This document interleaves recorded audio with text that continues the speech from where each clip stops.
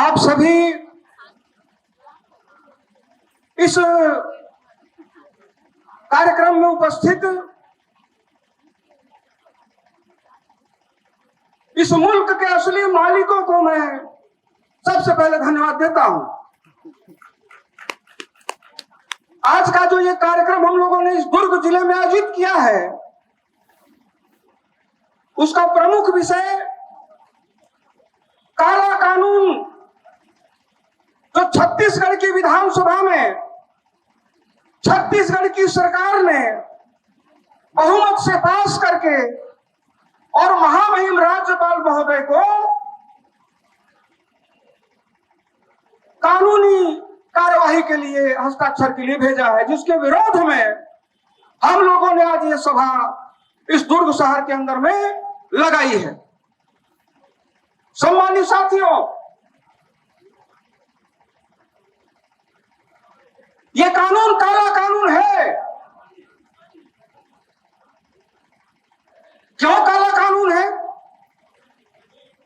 ये केवल काला कानून नहीं, ये कानून असंवैधानिक है, अननेचुरल और अप्राकृतिक है और अनैतिक भी है।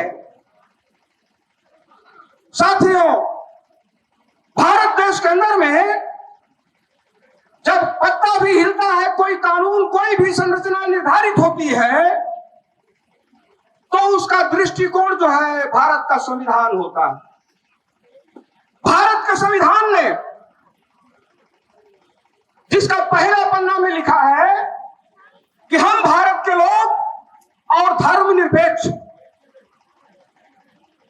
लेकिन कानून को बनाने वाले, इस बिल को ड्राफ्ट करने वाले लोगों ने भारत के संविधान के पहला पन्ना पर जो धर्मनिरपेक्षता का कानून है उसकी अवहेलना किया, जो मौलिक अधिकार है उसका अवहेलना किया।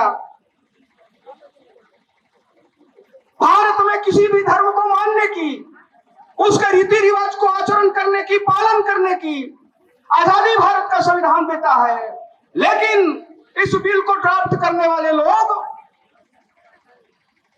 भारत के संविधान के द्वारा प्राप्त उस अधिकार का अतिक्रमण कर रहे हैं। साथियों, इस बिल के अंदर में दान, शिक्षा, स्वास्थ्य को भी शामिल किया गया है। इससे ये और घातक और अमानवीय ये कानून हो जाता है, इसलिए इसको हम काला कानून का संज्ञा दे रहे हैं। इसका नाम हमने रखा है काला कानून। इसलिए इस रैली को, इस सभा को हम लोगों ने आयोजित कर रहा है, और सरकार ने अगर इस बिल को वापस नहीं लिया तो मैं इस छत्तीसगढ़ प्रदेश के मुख्यमंत्री को ये दूसरा कागज दिखा रहा हूं। छत्तीसगढ़ का मुख्यमंत्री, गृह मंत्री, होश में आओ, गृह मंत्री होश में आओ, मुख्यमंत्री होश में आओ, मसीहियों से न टकराओ। साथियों, चूंकि ये बिल गैर संवैधानिक है, प्राकृतिक है, अनैतिक है, इसलिए इस बिल को आपको वापस लेना होगा।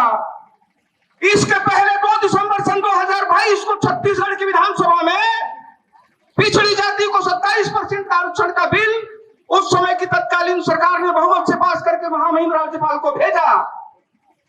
उस बिल को आज तक महामहिम राज्यपाल अपने पास रोक के रखे हुए हैं। उन्होंने उस पर साइन नहीं किया, जिसके कारण 3 साल से ज्यादा समय बीत गया। पिछड़ी जाति के सैकड़ों हजारों लोग जो उनके राजकीय प्रतिनिधित्व है उससे आज भी वंचित हैं।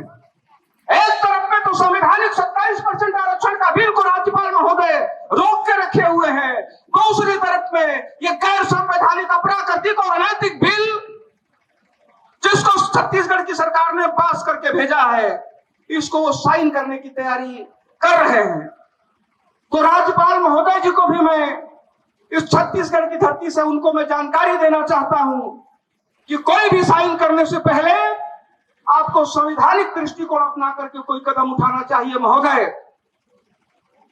साथियों, एक तरफ में तो संवैधानिक बिल 27% आरक्षण का जो राजभवन में 3 साल से रुका हुआ है, दूसरी तरफ पे गैर संवैधानिक बिल ने ड्राफ्ट करके भेजा है, तो इस पर कोई भी कार्यवाही करने से पहले संवैधानिक तरीके से आपको कदम उठाना चाहिए। जो संवैधानिक बिल है उसको पास करना चाहिए, जो गैर संवैधानिक बिल है उसको सरकार को फेंक करके वापस करना चाहिए। सभी सम्मानित साथियों को जय भीम, जय संविधान, जय मसीह।